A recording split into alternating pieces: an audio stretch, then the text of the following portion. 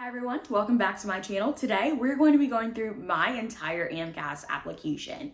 So for those of you that don't know, I will be starting medical school in New York City in a couple of months, and a little bit about my application cycle. So I applied via TMD-SAS and AMCAS, so I'll be jumping into my TMD-SAS application a little bit later, but I submitted 16 primaries, 15 secondaries, I got 14 interview invites, I went on 13 interviews, and I was ultimately accepted to 12 medical schools with multiple full ride and full tuition scholarships. So let's go ahead and dive right into my AMCAS application. This is my full AMCAS application.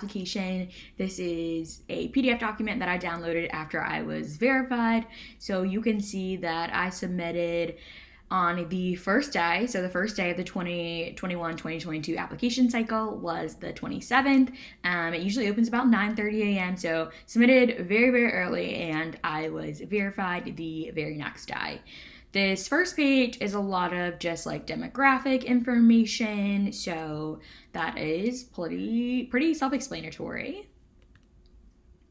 And then languages, so of course, native English, and I also included my other language fluencies, Spanish and also American Sign Language. And if you include this on your AMCAS application, I highly recommend including it if you have some kind of experience with other languages. However, be prepared to talk about it if you include that, because in one of my interviews, someone said, "Oh, I see that you put Spanish. Do you think that you could have a conversation with a patient?" And I was like, absolutely. I think that I could definitely, introduce myself, have a conversation. I don't know the medical terminology. So if you include that, make sure that you are ready to talk about that.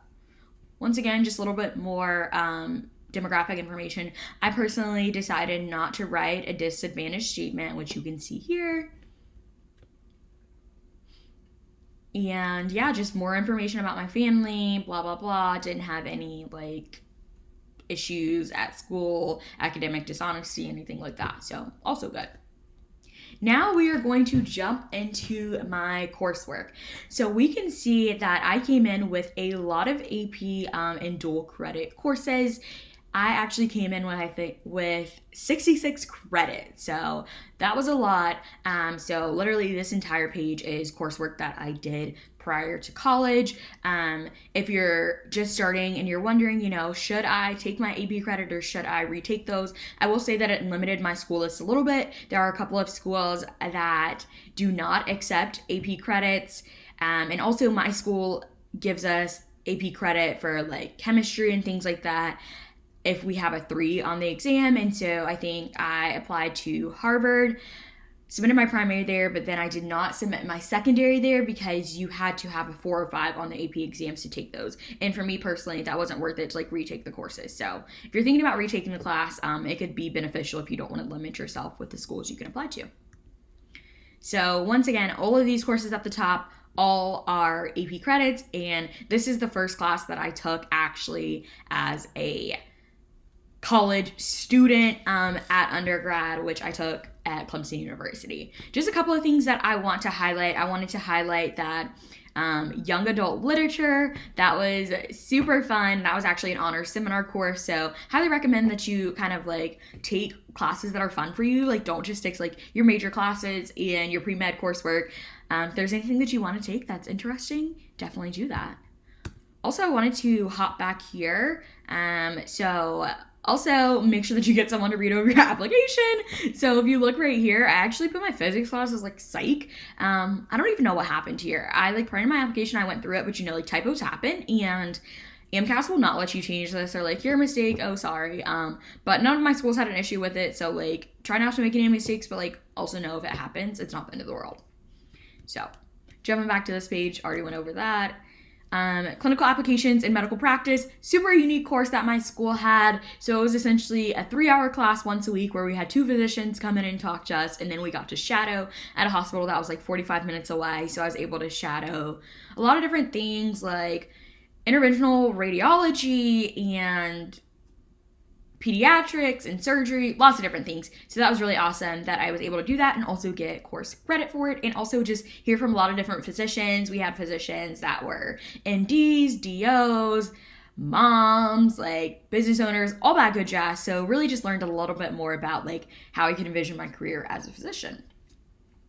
Another fun course that I took was health appraisal skills. This was actually through my major, health science, and so you learn how to do things like finger pricks and testing cholesterol, and also just learning a little bit about like what are the appropriate levels for cholesterol. And that was really helpful when I was marketing myself for an internship, because I did have that experience. And then a lot more just like genetics, nutrition, just like regular pre-med classes. Another one of my favorite courses was health in the Hispanic community. That one was super fun because we actually had a physician who was from the Dominican Republic who was teaching our course. So because of like licensing requirements, she wasn't able to work as a physician in the US, but like she had went through all of her medical training, was so knowledgeable, and we actually wrote an entire literature review individually about like an issue that was prominent in the Hispanic community. And so really enjoyed that one. Also learned a lot of medical terminology in Spanish, of course, like not enough to like use that with patients, but just a little bit, so that way if I'm ever, observing an interaction between a physician, Spanish speaking patient, and interpreter, maybe I'll be able to pick up on a little bit more. So that was really fun. So, yep, and then also did a couple of study abroad coursework, and so that was just tied in here at the end. So, yeah, this is just a little bit. You can see that I had dual credit coursework, and so I had a couple of different schools listed here, but my main school was Clemson University. And after they verify your application, you can just see your full GPA. So full transparency, I did graduate with a 4.0 GPA, and I had a 519 MCAT score. And of course, there'll be more videos later about how I study for the MCAT. And if you just cannot wait on those, make sure to check out my Instagram, also mountain.n.med. I documented my entire MCAT prep journey there. But back to my AMCAS application. Let's dive into my experiences. So with AMCAS, you get 15 experiences that you can list, and 3 of those you can denote as your most meaningful. So I personally decided to use all 15 of the activity spots.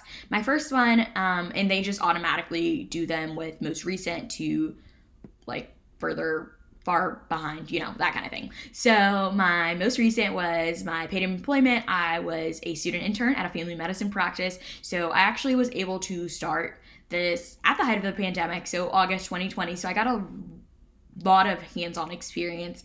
So something that I just wanted to highlight here, a lot of people wonder if I've been involved in advocacy, social justice, things like that, is it okay to include in my AMCAS application? I totally think that it is. It shows that you are not going to allow discrimination and things like that to happen, and you're going to advocate for what you think is right.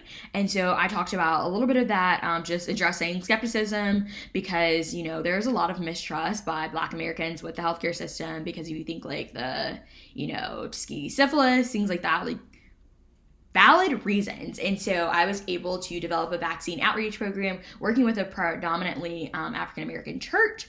And I was able to, use my report, also being a Black woman in healthcare, to build that report and help them get signed up for the vaccine. So I was really excited about that. So I definitely want to highlight that in my application. And then when you're writing your activities descriptions, I also just recommend, tying it, make sure at the end, someone can read this and understand, like, why did this activity impact you? What's the impact that you had on this activity? What did you learn from that? And I really learned how I could incorporate community health initiatives into my future career, because I was working at a primary care clinic, and I realized like how much involvement we had with educating the community and working to help get the community vaccinated. So yeah, I thought that was really cool. And it also connected back to me being a public health major. Included my honors, awards, recognitions. And then I also was a volunteer at a healthcare center on campus for employees. So this was like my least favorite description, like looking back at it. And I think that it's, important that I'm not just saying like follow exactly what I did, but also looking at ways that I could improve. And so if you've ever watched any of Dr. Gray's videos, you don't want to sell it yourself. And I feel like this activity description was like definitely selling myself. And I got a lot of like feedback. And so that was just like personally like me probably like getting away from like my voice, and then also just like you live and you learn. But it worked out for me. But like if I had to redo this, gained invaluable communication skills, adapt my personal and family history questions to meet patients where they were at. So of course those are things that I learned, but I feel like I could have shared more of a story and allowed that to be more implicit through my description rather than just saying it. I was also a tour guide at my university, so that was super fun. And whenever you have the opportunity to include numbers in your application just to quantify your impact, definitely make sure you do that. So right here I did that. 40 tour guides chosen out of almost 500 applicants. I also did have a publication, so I included that, and I also got to present at a conference, and so I just kind of combined those. This is a great example. I was involved with CODA at my school, and it's important if, CODA is not something that's like widely known, like being a scribe or something like that. And so to save space in the actual description itself, I just went ahead and made sure that I spelled it out here and defined the acronym. And then when I jumped into my description, I was able to just use that acronym because they have it right here for reference. And then I also explained very briefly what the purpose of the organization was, just so they could understand, like, all right, you're going to tell me this story, like, can you give me a little bit of context? Also, just like being specific, I was liaison between 6 organizations, and also was very specific between what organization. Then I also worked as a health profession advising intern. And I really struggled with writing this description because I had worked here, I have 1,000 hours here. I had worked here for a while. And so, oftentimes you want to include like every single thing you did. Like you want admissions committee to understand, like, I didn't just do this, I did this. And so that was something that I struggled with here, but you can see that what I decided to do is I shared that although I did many things, my favorite project. And so because you only have 700 characters, if you want to go in depth and share your story, you're gonna have to just focus on like one aspect. So I just focused on created a YouTube video series for accepted students. Volunteered at the paw pantry.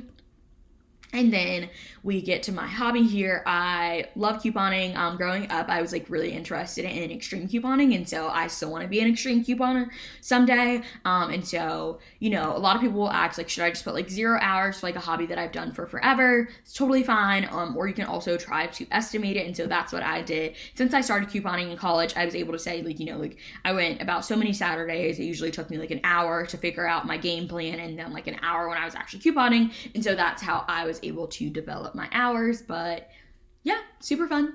And then I also did a medical mission trip abroad in Costa Rica, so I talked about that as well. And then jump into another one of my major activities that I did that I decided to list as most meaningful, working with Clemson Hope. Again, it is a local nonprofit organization fully run by undergraduate students.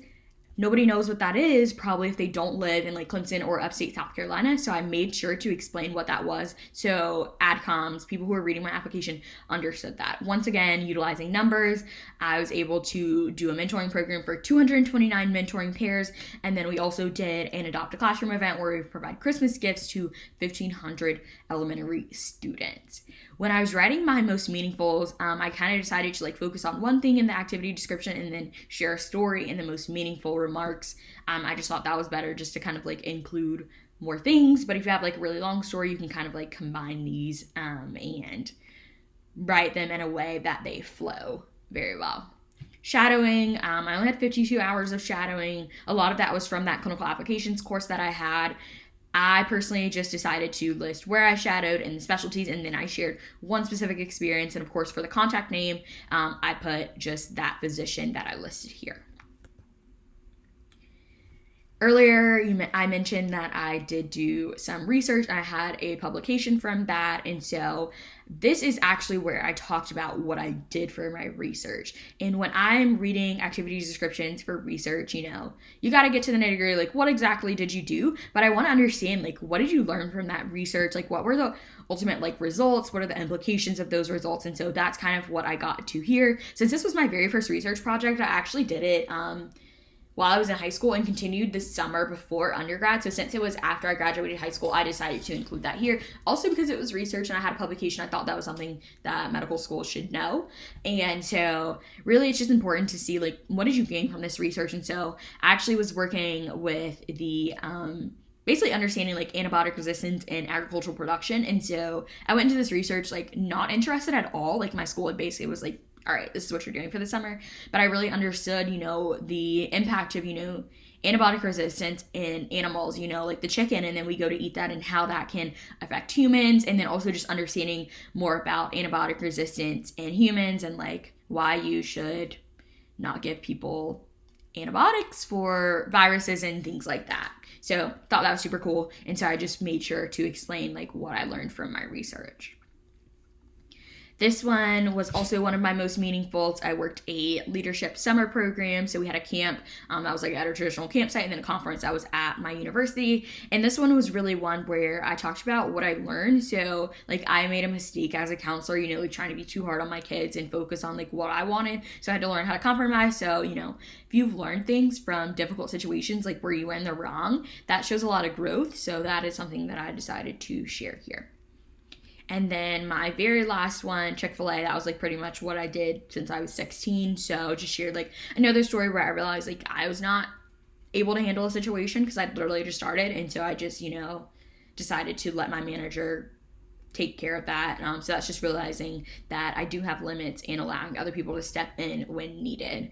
So one thing that you will see in my activities descriptions are there's just one set of dates or maybe two sets of dates, but they all end pretty much like July or August 2022, which was when when I applied last year, that was when I was planning to matriculate to medical school. So this year, I know that they changed the AMCAS application. So for the 2022-2023 cycle, you are allowed to do anticipated dates. So, for this would have said, March of 2016 to May of 2021. And then I would have had anticipated dates would have been May 2021 to August 2022, and I would have separated out those hours. So that's just something that will look a little bit different on your application.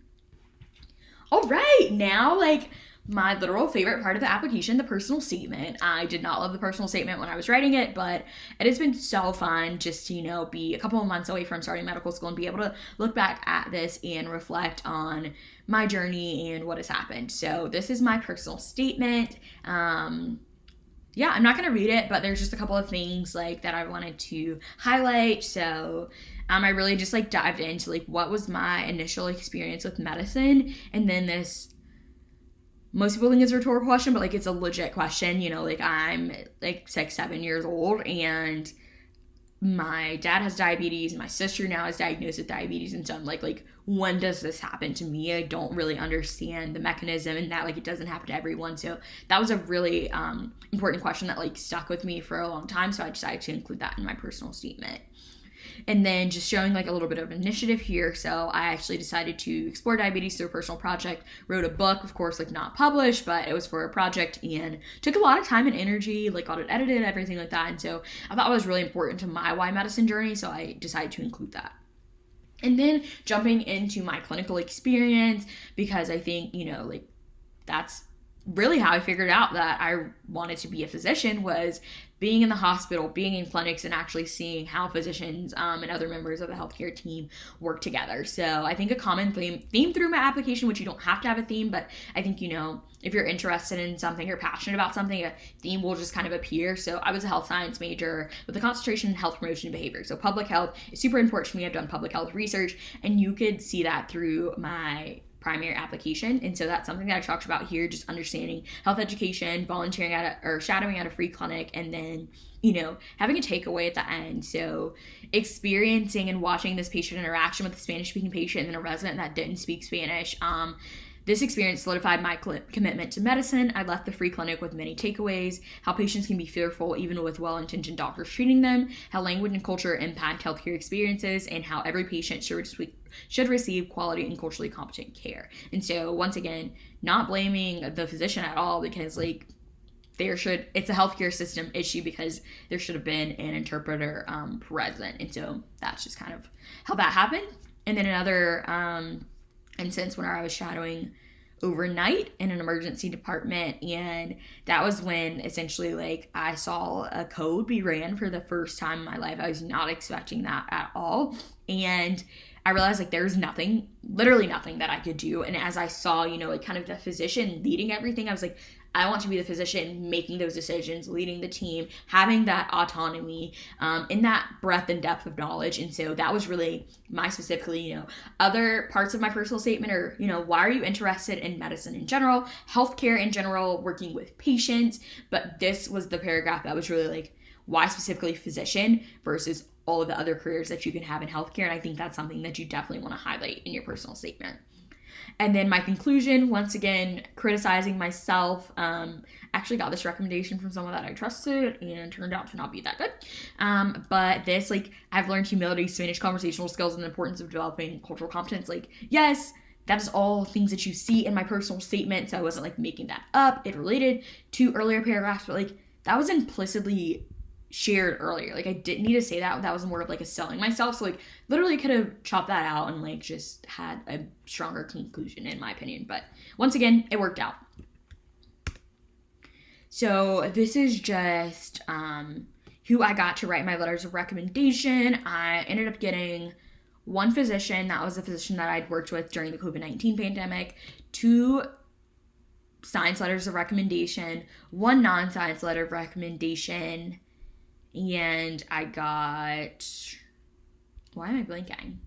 And I had 6.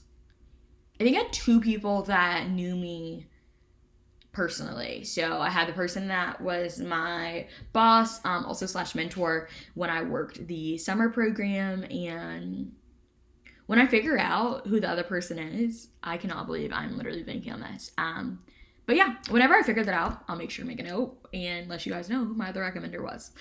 And so then this was my school list. So I think I have about like 14 schools here. So I added 1 more school, UVA, after I submitted my application. And then Baylor was, of course, on TMD SAS. So 16 schools. I was interested in an MPH program, so I denoted that here. And all the schools that are highlighted are schools that I was accepted into. Woohoo! So that is my AMCAS application. Woo! If you guys have any questions, of course, drop that in the comments. But yeah, thanks so much for watching, and I hope this helps as you're filling out your AMCAS application in the future.